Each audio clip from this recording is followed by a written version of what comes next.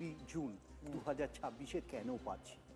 Interesting পটভূমিটা হচ্ছে এটা, এই অনির্বাণ সিনহা গত 12 বছর বা 13 বছর আগেও এই প্রশ্নগুলো করেননি কেন? প্রশ্ন হচ্ছে, আমি আবারও বলি সংখ্যা, অবশ্যই করেছি, আবারও বলি সংখ্যা তত্ত্ব। অনির্বাণ, কেন আমি তোমাকে বলছি শোনো, কেন তোমাকে বলছি আবহমানতা যাকে বলে, ঐতিহাসিক এইসব প্রশ্ন করবার জন্য পেশাগতভাবে নানা সমস্যার সম্মুখীন হতে হয়েছে। তাদের নামটা আর করছি না, তারা এখন ছেড়ে ছেড়ে পালিয়েছেন সব। না, ইন্টারেস্টিং ব্যাপারটা হচ্ছে অন্যর ক্ষেত্রে তোমার যে প্রশ্ন থাকবে আমার ক্ষেত্রে সম্ভবত থাকবে না সেটা, মানে আমি বলছি ব্যক্তি স্তরে।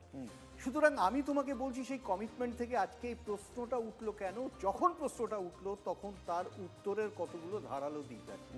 আমি এতক্ষণ যে কথাগুলো শুনছিলাম সেই কথাগুলোর মাঝখানে যে কথাগুলো শুনতে পেলাম না, আমাকে মনে হচ্ছে তারা অনেক বেশি রিসাউন্ডিং। একবারে প্রথমে আমি বলি, আজকে পশ্চিমবাংলায় তোমার প্রশ্নটা হচ্ছে কংগ্রেস ব্যাপক সমর্থন নিয়ে ক্ষমতায় আসার পরেও কেন শ্যামাপ্রসাদের হাত ধরেননি, প্রশ্নটা তা নয়।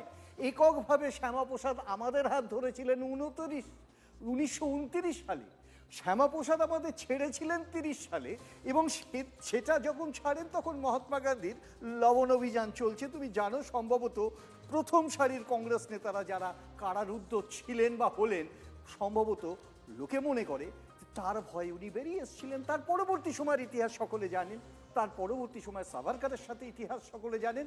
সাভারকারের দ্বিজাতি তত্ত্বের প্রবক্তা 1937-এর কথা জানেন, 1939-এর কথা জানেন, 1940-তে মুসলিম লীগ, মুসলিম নেশনের লাহোর কনভেনশনের কথা জানেন। আমি কথাগুলো জানেন ধরে নিয়ে আজকে এখানে বিদগ্ধ মানুষ যারা শুনছেন তারাও বিদগ্ধ।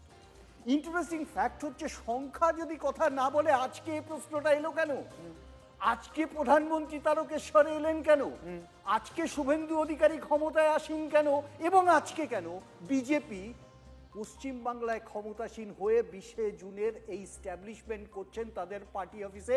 আমরা এর আগেও কোনোদিনও 20শে জুন করতে দেখিনি, বিশেষভাবে ব্যক্তি স্তরে, রাজনৈতিক স্তরে, আমি তোমাকে এখানে শেষ করি।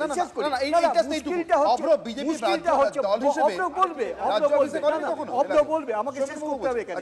আমি শেষ করছি একটা লাইন থেকে, তার কারণ হচ্ছে যে আমার প্রশ্নটা এখানে, সংখ্যা যদি কথা না বলে ব্যাপক জনসমর্থন নিয়ে কেন এই স্বাধীনতার পরে কংগ্রেস 30টা বছর পশ্চিমবাংলায় ভোট পেয়ে এলো, কেন কেন্দ্রীয় স্তরে ভোট পেয়ে এলো, কেন পাঞ্জাবে আমাদের সরকার ছিল, শুধু বাংলা না, একটা কেন পাঞ্জাব দিবস পালন হলো না, পাঞ্জাবের কোনো নির্দিষ্ট দিবস নেই কেন, এই প্রশ্নগুলো তো থাকবেই। অম্লানবাবু তৈরি হয়েছে, আসি চন্দনবাবুকে উত্তর দিতে হবে। চন্দন ঘোষ চৌধুরী, দেখো, আমি এতক্ষণ ধরে যে কথাগুলো শুনছিলাম প্রত্যেকটা কথার মধ্যে আর একটা কন্ট্রাডিকশন চলে আসছে। মানে মূলত আমার বলবার উদ্দেশ্য এটা, যে মুহূর্তে এই পশ্চিমবঙ্গ দিবস নিয়ে আমাদের প্রথম স্পেলের কথা, সেই কথার পরিপ্রেক্ষিতে অনেকগুলো ফ্যাক্টস চলে এলো।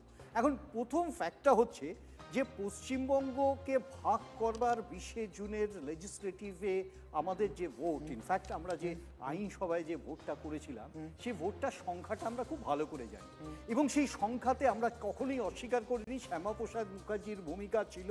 এবং এটাও বুঝতে হবে যে কিছুক্ষণ আগে একটি প্রশ্ন উঠেছিল, নোয়াখালীতে শ্যামাপ্রসাদ মুখার্জির অবস্থান, সেটা কিন্তু কমিউনাল টেনশন তৈরি করেছিল। সবকিছু মানতে হবে, মহাত্মা গান্ধীর পরবর্তী সময় তাকে পিস সেটেলমেন্টে কি করতে হয়েছিল সেটাও একটা ইতিহাস, কিন্তু প্রশ্নটা সেটা নয়। আমার প্রশ্ন, আমি একবারও অস্বীকার করছি না, ফর এ সেকেন্ড, আমি একবারও অস্বীকার করছি না, আমি একবারও অস্বীকার করছি না, জাস্ট ফর এ মোমেন্ট, তুমি শেষ করতে দাও, তুমি শেষ করতে, বাস্তব অবস্থাটা ছিল, বাস্তব অবস্থাটা ছিল তাই, মানে ওখানে হিন্দু নিধন যোগ্য হবে সেটা একবারও বলতে পারছেন না, সেই সময় একবারও বলতে পারছেন না যে কত সেই সময় মহাসভার ভূমিকা, সেই সময় মহাসভার ভূমিকা একবারও বলতে পারছেন না। কংগ্রেস মনে করছে 1937 সালের পরে ডক্টর শ্যামাপ্রসাদ মুখার্জি যারা স্টাডি করে আসছিলেন তারা সেটাই বলেছেন, তারা সেটাই কংগ্রেসের যুক্তি চরিত্রতা ধিক্কার জানায়, বাস্তব ধিক্কার জানায়, সেই সময় ধিক্কার জানায়। আমি আসছি, চন্দনবাবু বলেন, ইতিহাসকে যারা বিস্তৃত, চন্দন চট্টোপাধ্যায়, ইতিহাসকে যারা চন্দন চট্টোপাধ্যায়, তারা ধিকৃত। চন্দন ঘোষ চৌধুরী, মানে কংগ্রেসের পরে আপনাদেরও হাতে সময় ছিল।